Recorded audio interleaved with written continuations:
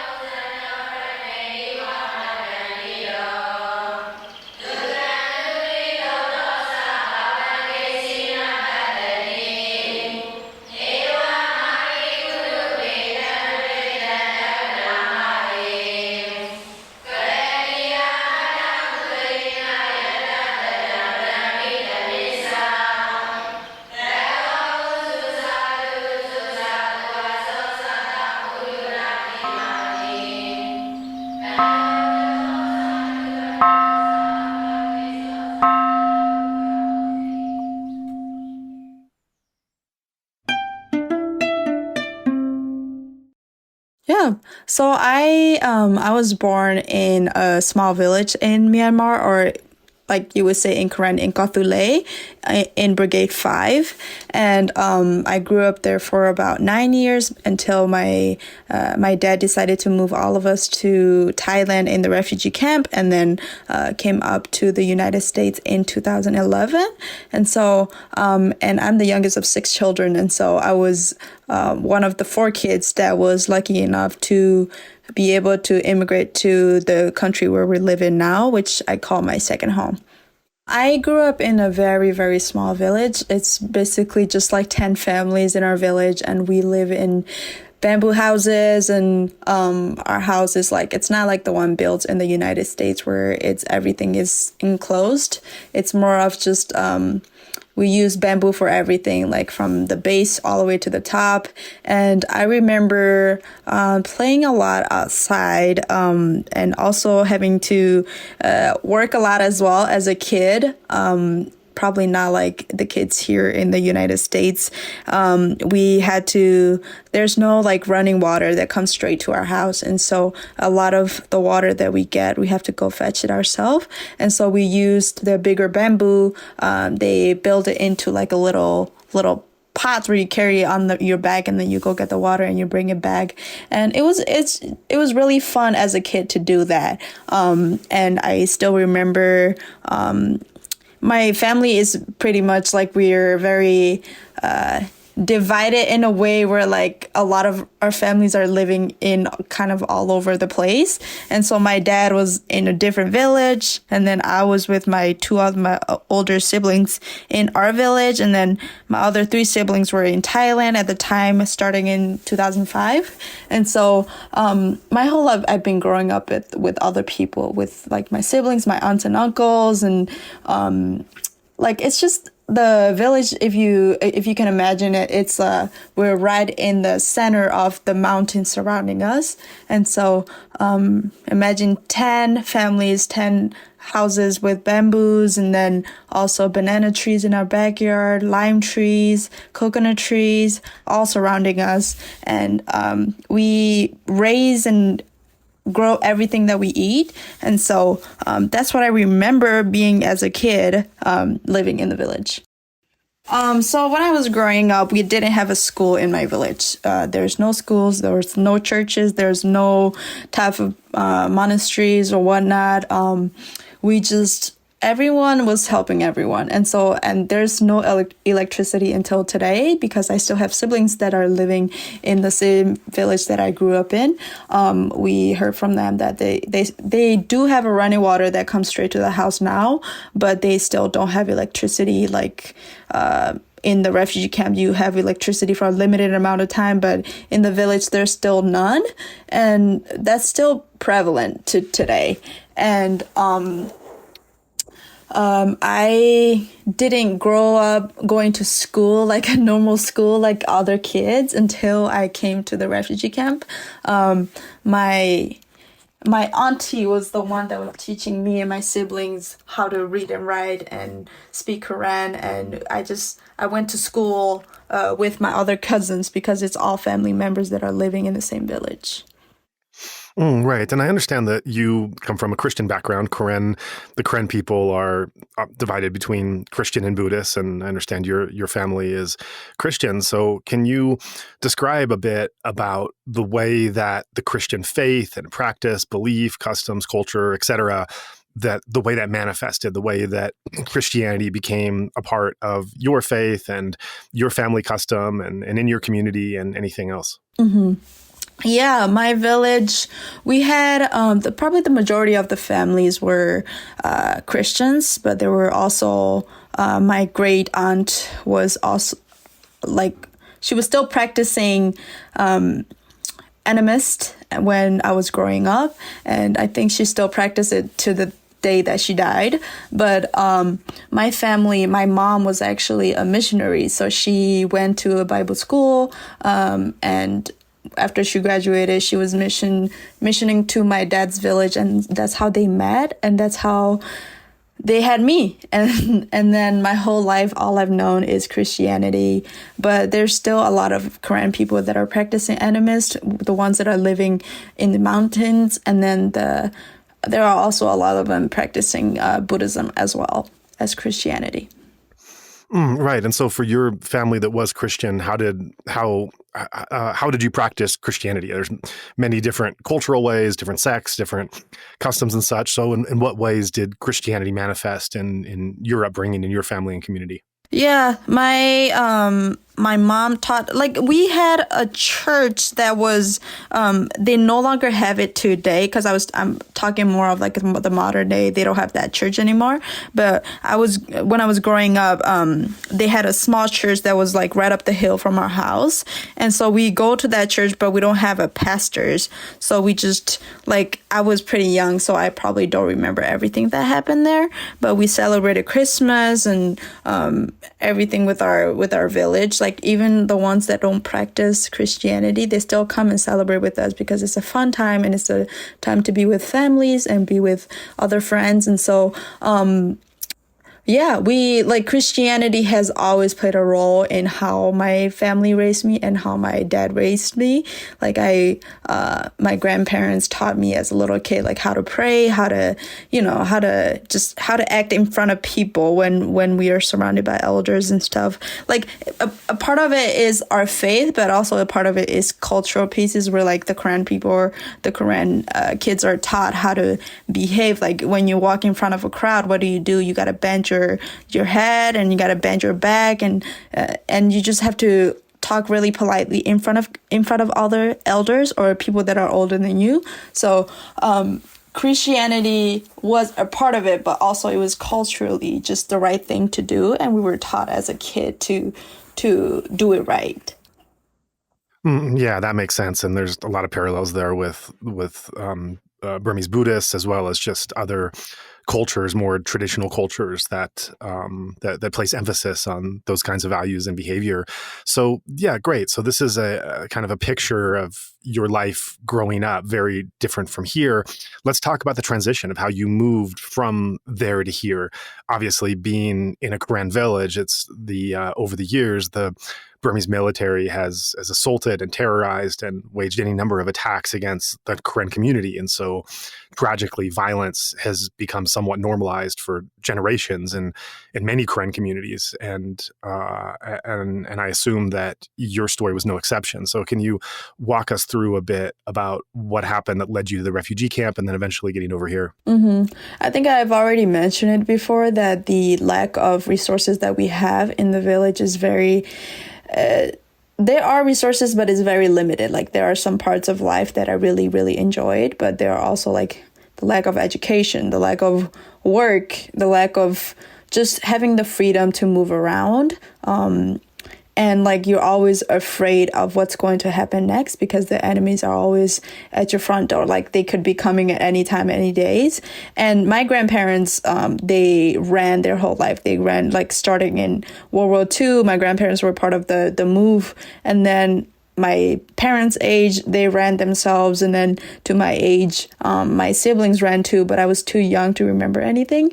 And so it was just the right move for my family. Like my dad was probably not happy to take just half of his children to the U.S.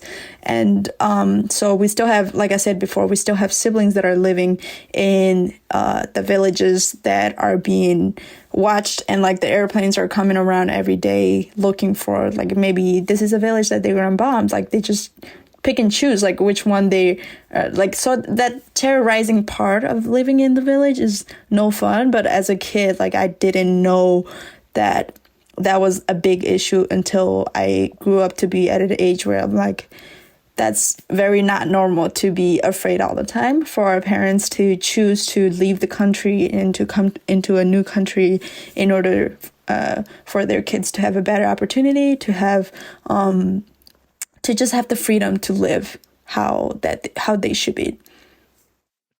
Right. And you talk about being afraid for so much of the time.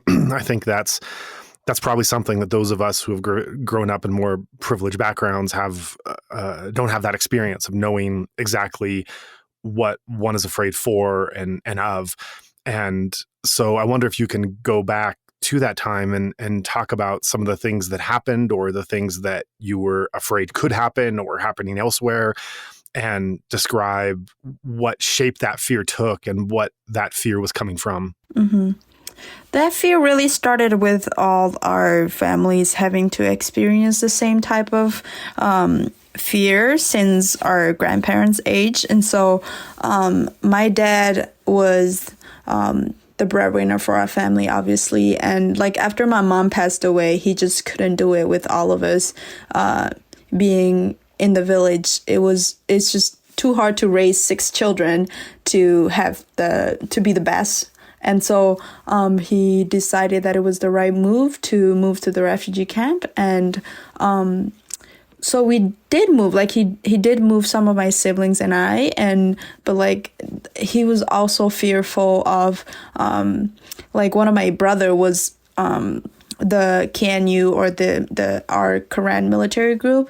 They're always looking for at least one family member. If you have more than one boy in your family, one of them have to become part of the military. And so like my dad did not want that for us, and so he moved out most of his kids, but the one that are left there, the leaders always come knocking on our door and was like he would have to go into base camp, but my dad didn't want that, so he had to pay his way out of that, and that went on till we came to the U.S.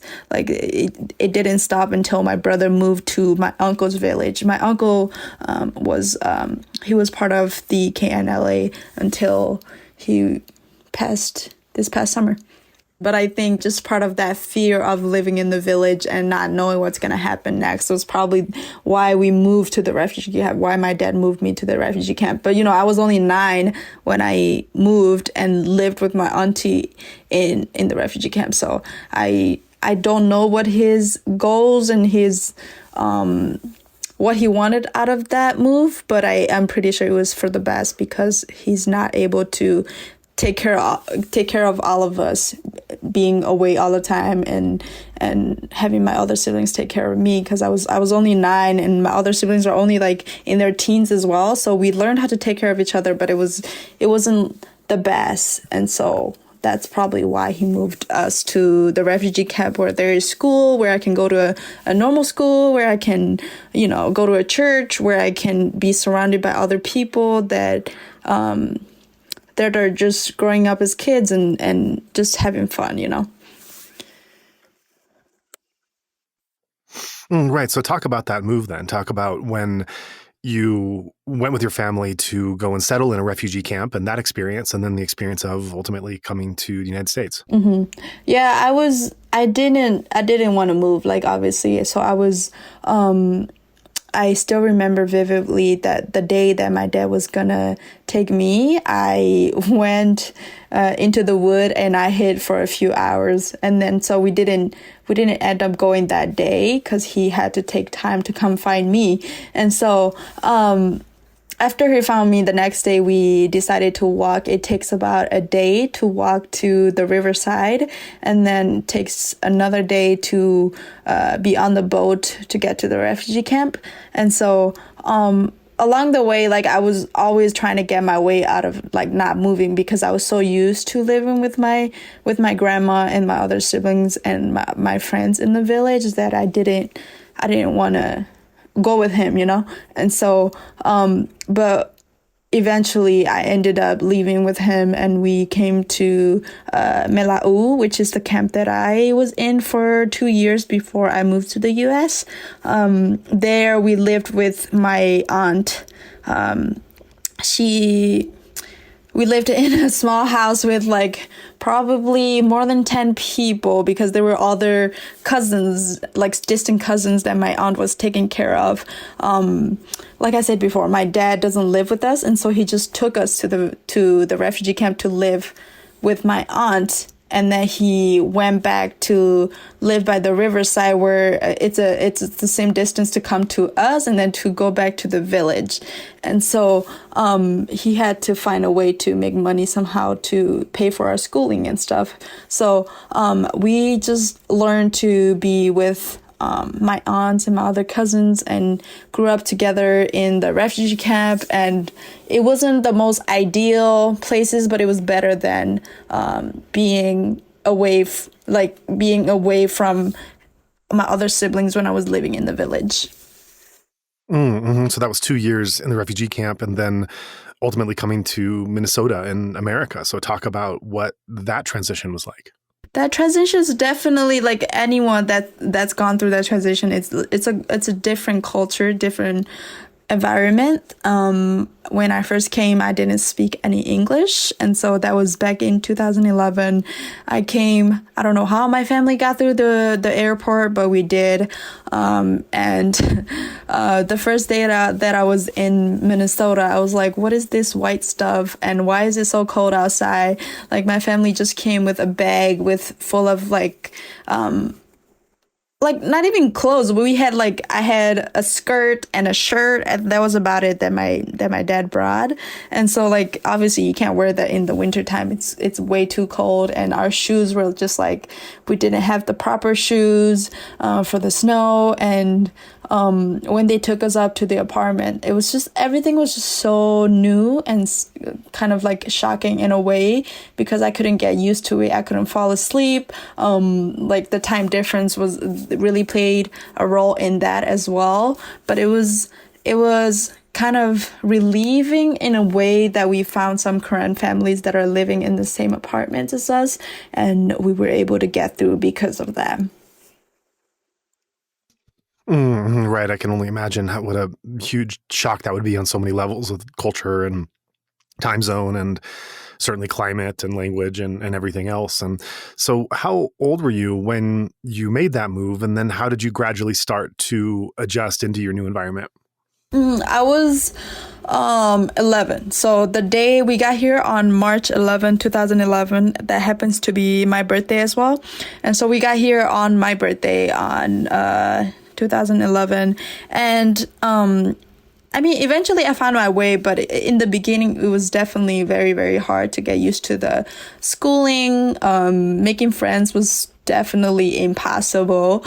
And so I started, the caseworker set us up at a school.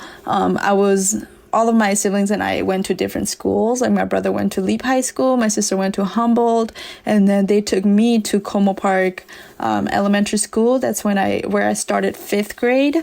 And we also had some Korean families, like the Korean kids that were in the same class as me that just recently moved. And so it was good that I had other friends that spoke Korean.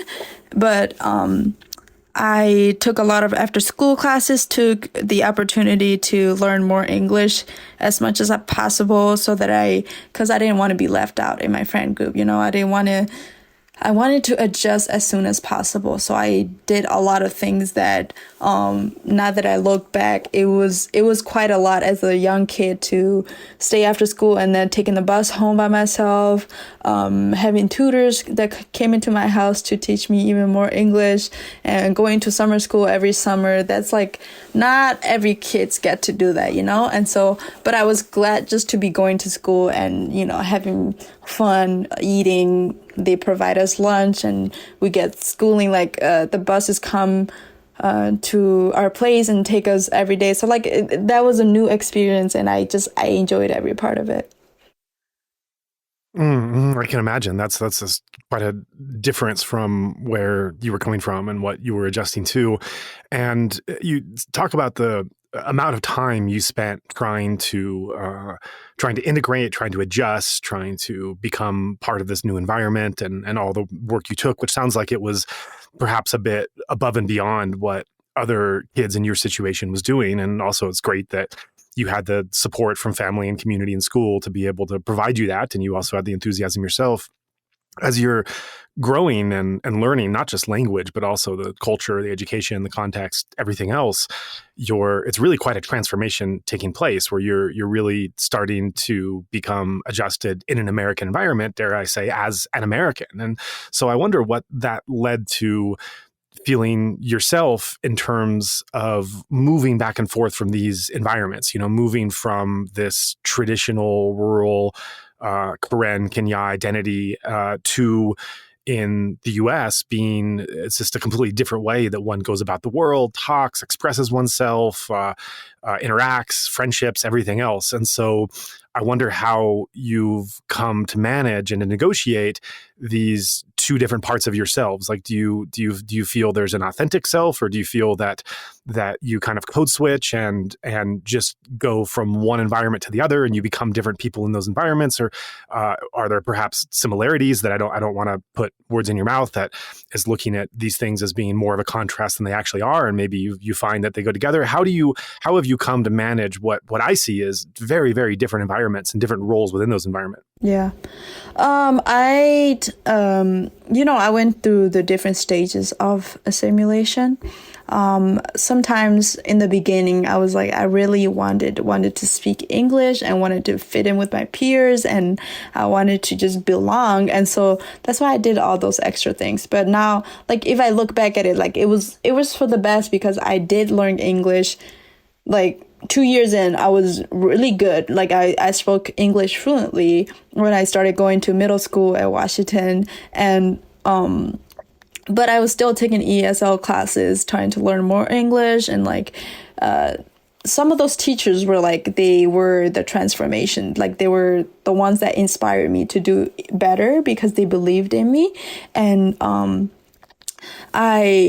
but the cultural pieces, it was still different because like as much as I wanted to fit into the American culture, I still had that part of me whenever I go home.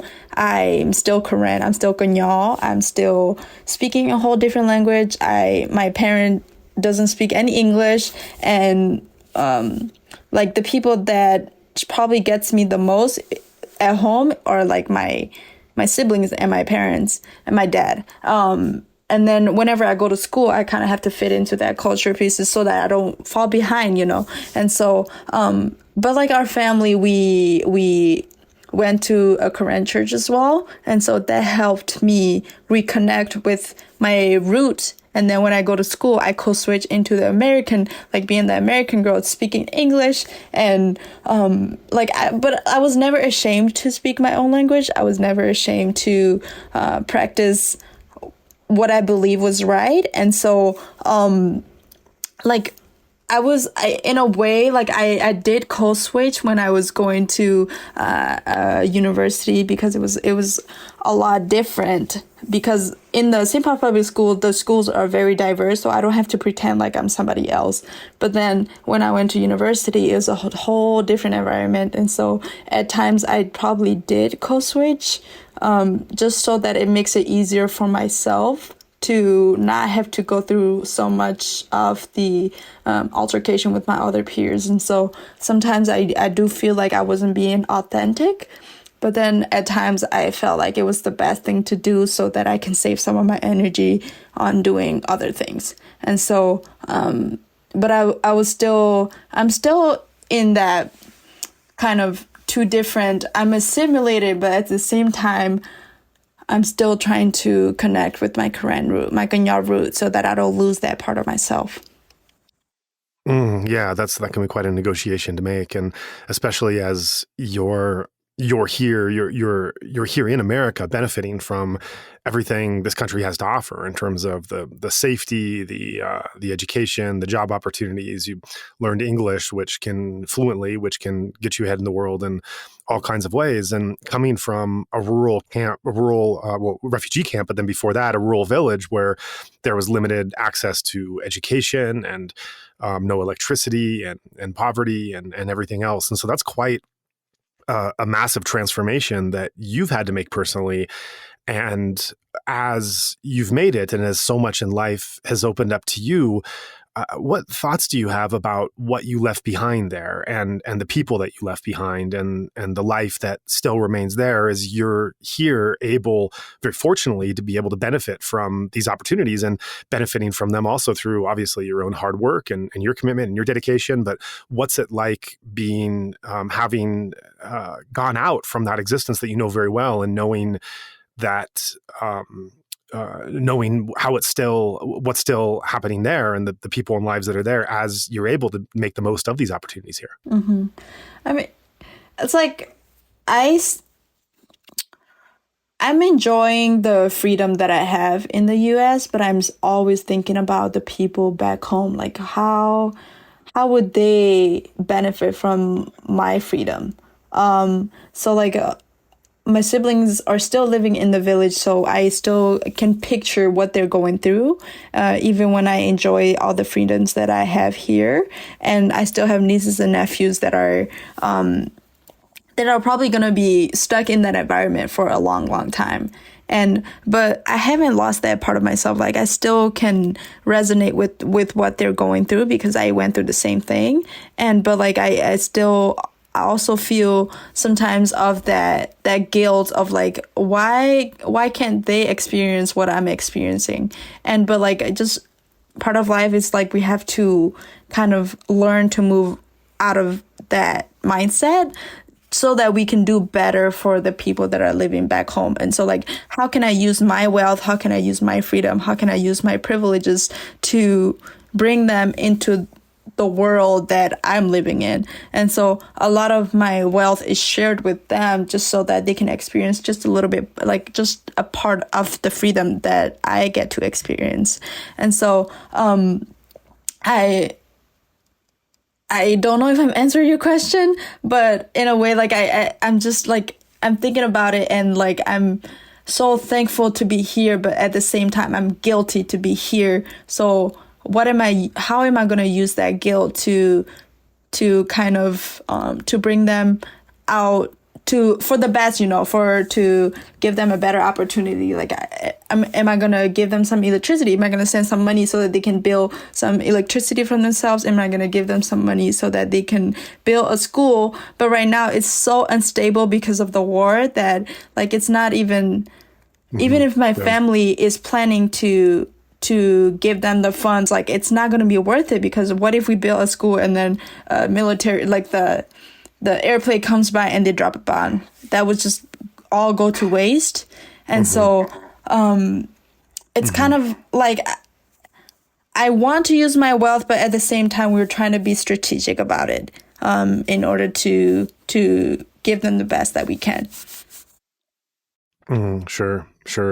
In your life as a refugee and an immigrant, and what you've gone through, you're very open in talking about those experiences, and not just open about them. You've stated elsewhere that you're really proud of the fact that you are an immigrant and you are a refugee. Can you say more about that, where that pride comes from and how you look at your identity in that way?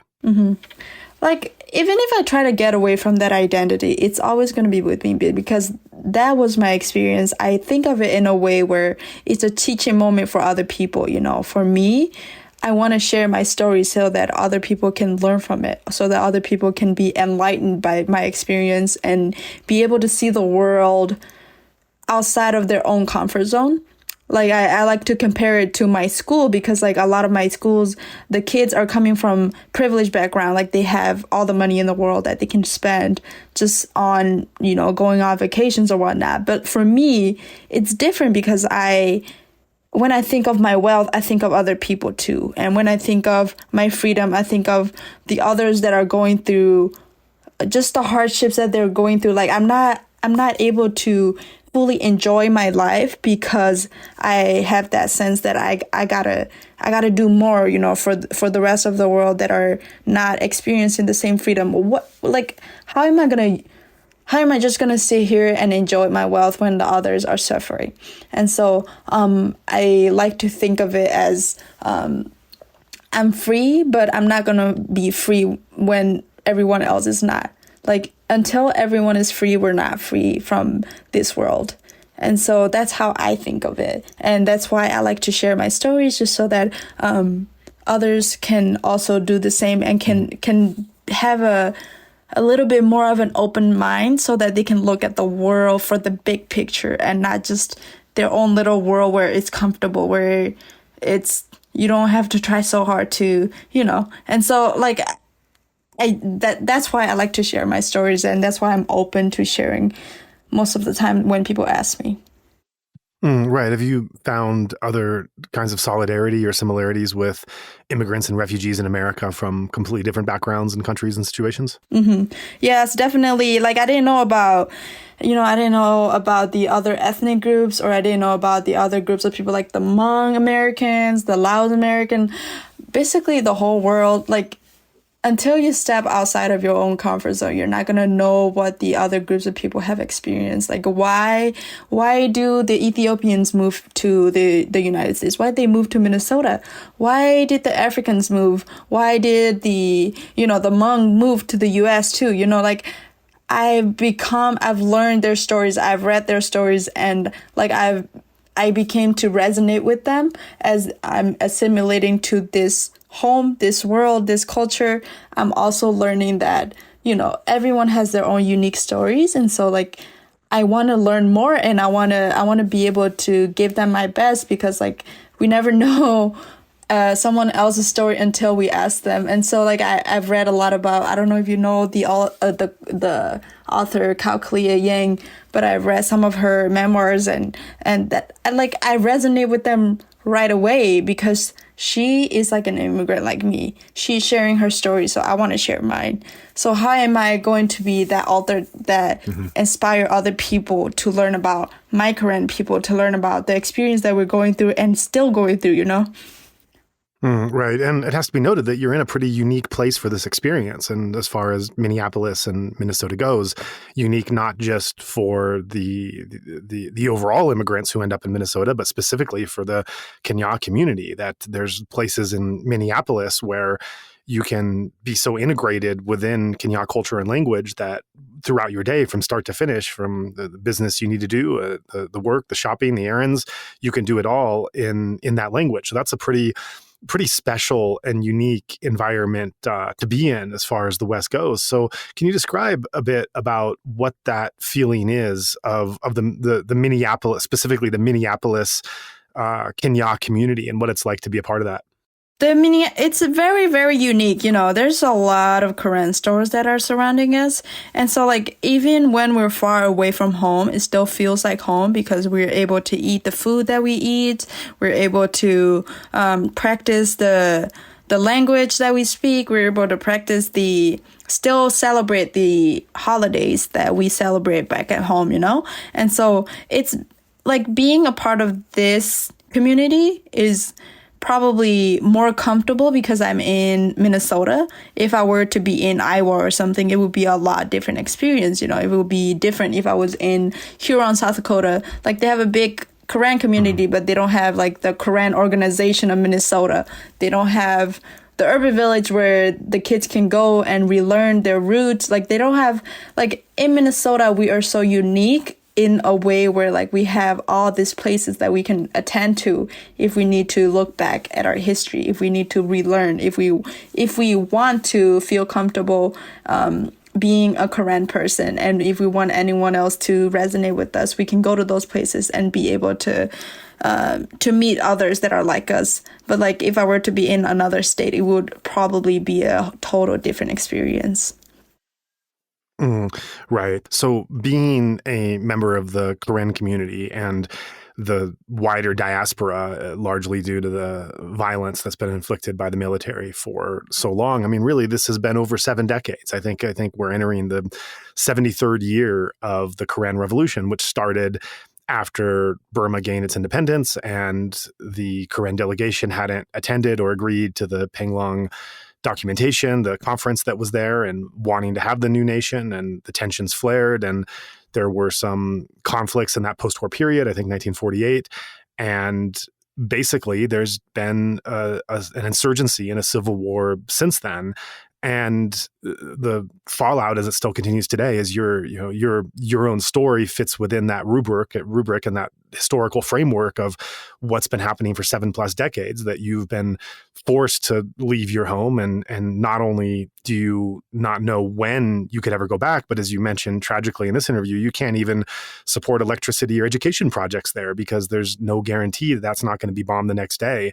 And so you and your family and community are still continuing to live out through a 7-decade plus nonstop, aside for a few ceasefires that have been negotiated here and there. But for the most part, there hasn't been peace. There hasn't been any lasting peace.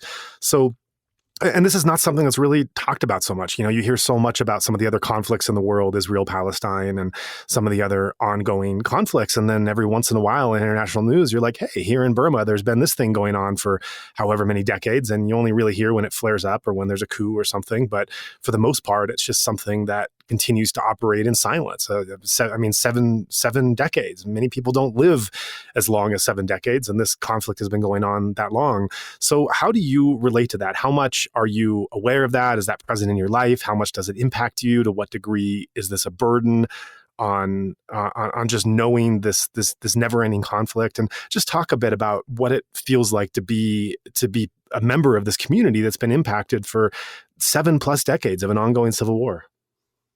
Sometimes I feel stuck in a way where and also hopeless that it's ever, that the Korean or the Kanya is ever, are we ever going to get the freedom that we want? I always dream of it, but I don't know if it's ever going to happen. But I think with the recent coup and the military, our military, the Korean KNLA and KNDO and the other brigades that are fighting back against this regime, I am hopeful that this is finally going to be a time where we're going to get our freedom.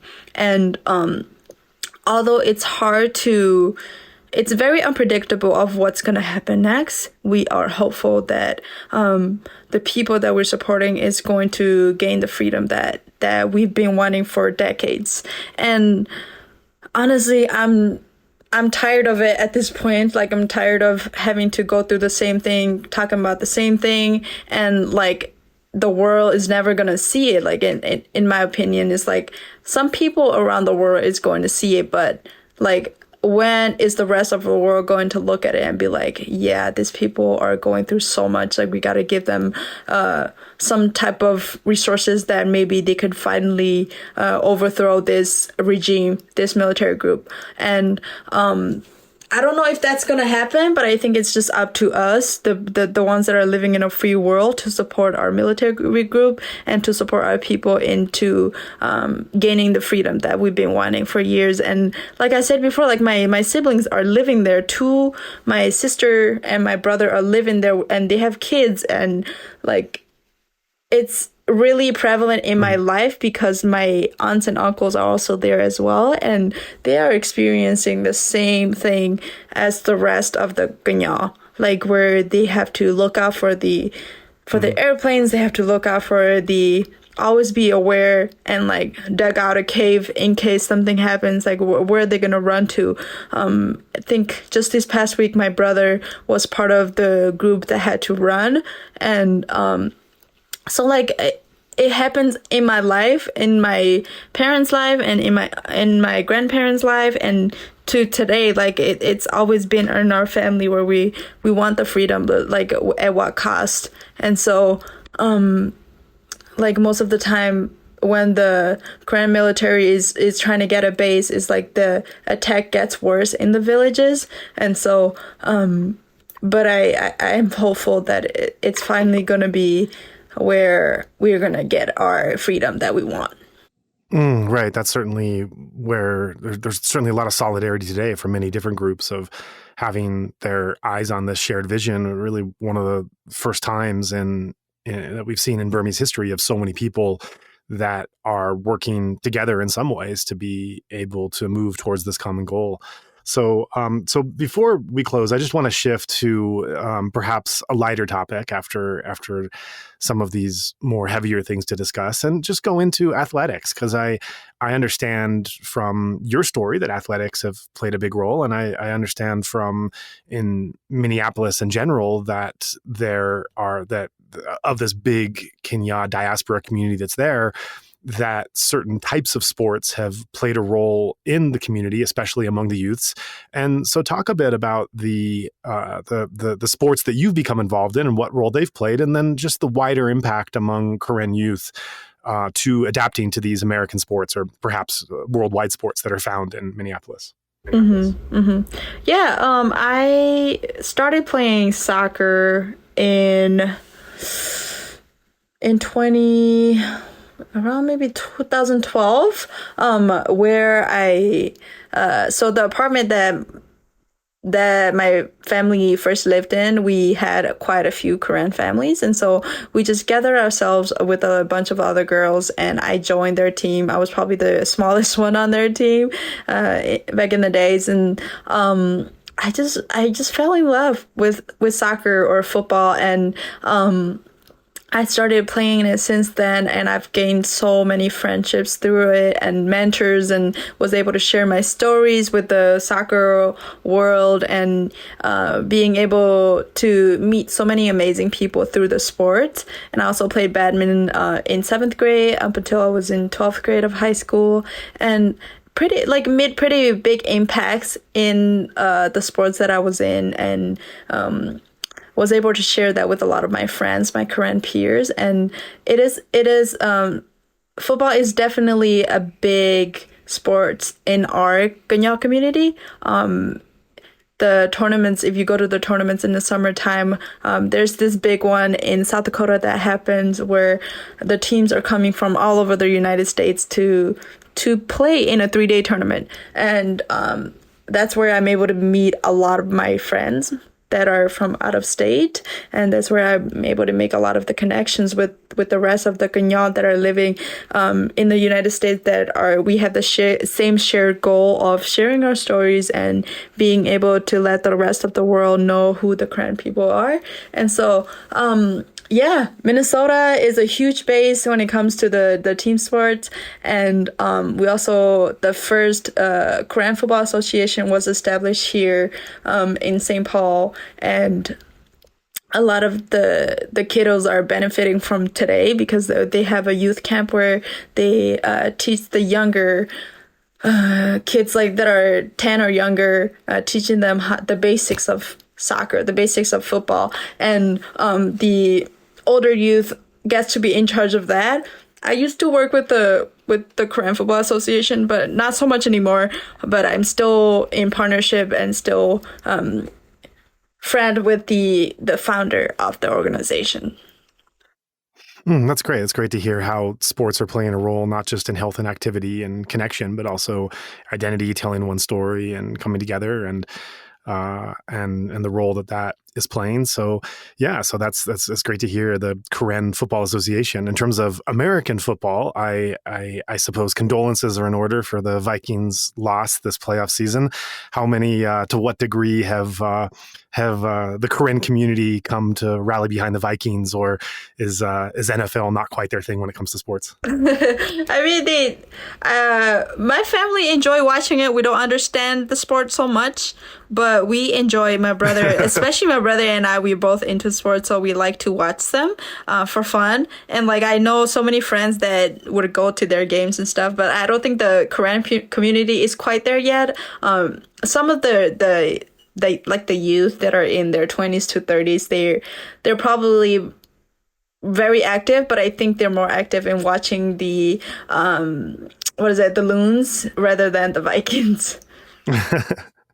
It reminds me when I used to live in Yangon, sometimes I'd find a way to get the NFL games after, like a day or two after they were done. I'd find some site to download them from and just ignore the scores. And it was quite a trip sitting in a really hot and humid Yangon home and watching a game from a couple days ago. And you know how things are in Myanmar. There's not so much the same sense of like privacy or, your home being really separate from the public space. And so neighbors and people would often just walk in. This is the way things were there. And there were definitely some moments when some neighbors and friends, Burmese friends, would walk in, sit on the couch and watch a whole game with me and just be fascinated by it and have absolutely no idea what they were seeing. So it brings back memories of that. Yeah, it's definitely new. Like, it took me a while to understand. Like, I was like, why do they have so many quarters? And like, then like every quarter is like about an hour. It's a long sport. Like, I could have sit. I mean, I watched the Super Bowl this year just for the fun of it. But like, it's definitely, I'm still learning, but I think I enjoyed watching basketball a lot more than watching football, American football. Yeah. Right. That's great. That's great. So yeah, so thanks for taking so much the time for chatting with us and sharing your story today. Before we close, is there anything else you'd like to talk about that we haven't covered in the interview?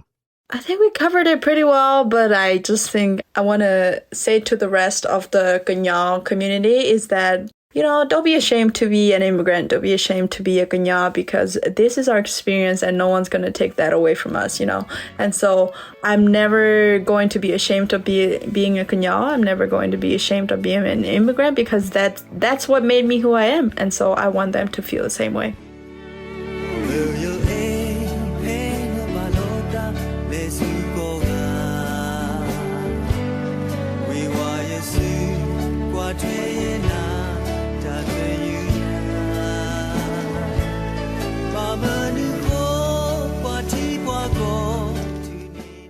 As inspiring as today's guest was, I know from experience that when you're listening from so far away, there can also be a certain kind of helplessness in hearing about the people's dire struggles. Thankfully, our nonprofit offers a reliable way for interested listeners to provide financial assistance to those local communities who need it most. Your donations will be sent to support urgent humanitarian missions, as well as those vulnerable peoples being impacted by the military coup. By taking an active role in supporting the movement, you can help ensure that people like today's speaker have even a few more resources to draw on and can manage just another week in continuing their efforts. If you would like to join in our mission to support those in Myanmar who are being impacted by the military coup, we welcome your contribution in any form, currency, or transfer method. Your donation will go on to support a wide range of humanitarian and media missions, aiding those local communities who need it most. Donations are directed to such causes as the Civil Disobedience Movement, CDM, families of deceased victims, internally displaced person IDP camps, food for impoverished communities, military defection campaigns, undercover journalists, refugee camps, monasteries and nunneries, education initiatives, the purchasing of protective equipment and medical supplies, COVID relief, and more. We also make sure that our donation fund supports a diverse range of religious and ethnic groups across the country. We invite you to visit our website to learn more about past projects, as well as upcoming needs. You can give a general donation or earmark your contribution to a specific activity or project you would like to support, perhaps even something you heard about in this very episode. All of this humanitarian work is carried out by our nonprofit mission, Better Burma. Any donation you give on our Insight Myanmar website is directed towards this fund. Alternatively, you can also visit the Better Burma website, betterburma.org, and donate directly there. In either case, your donation goes to the same cause, and both websites accept credit card. You can also give via PayPal by going to paypal.me/betterburma. Additionally, we can take donations through Patreon, Venmo, GoFundMe, and Cash App. Simply search Better Burma on each platform and you'll find our account. You can also visit either website for specific links to these respective accounts or email us at info@betterburma.org. That's Better Burma, one word, spelled BETTERBURMA.org. If you would like to give it another way, please contact us. We also invite you to check out our range of handicrafts that are sourced from vulnerable artisan communities across Myanmar, available at alokacrafts.com. Any purchase will not only support these artisan communities, but also our nonprofit's wider mission. That's Aloka Crafts, spelled ALOKACRAFTS, one word, alokacrafts.com. Thank you so much for your kind consideration and support.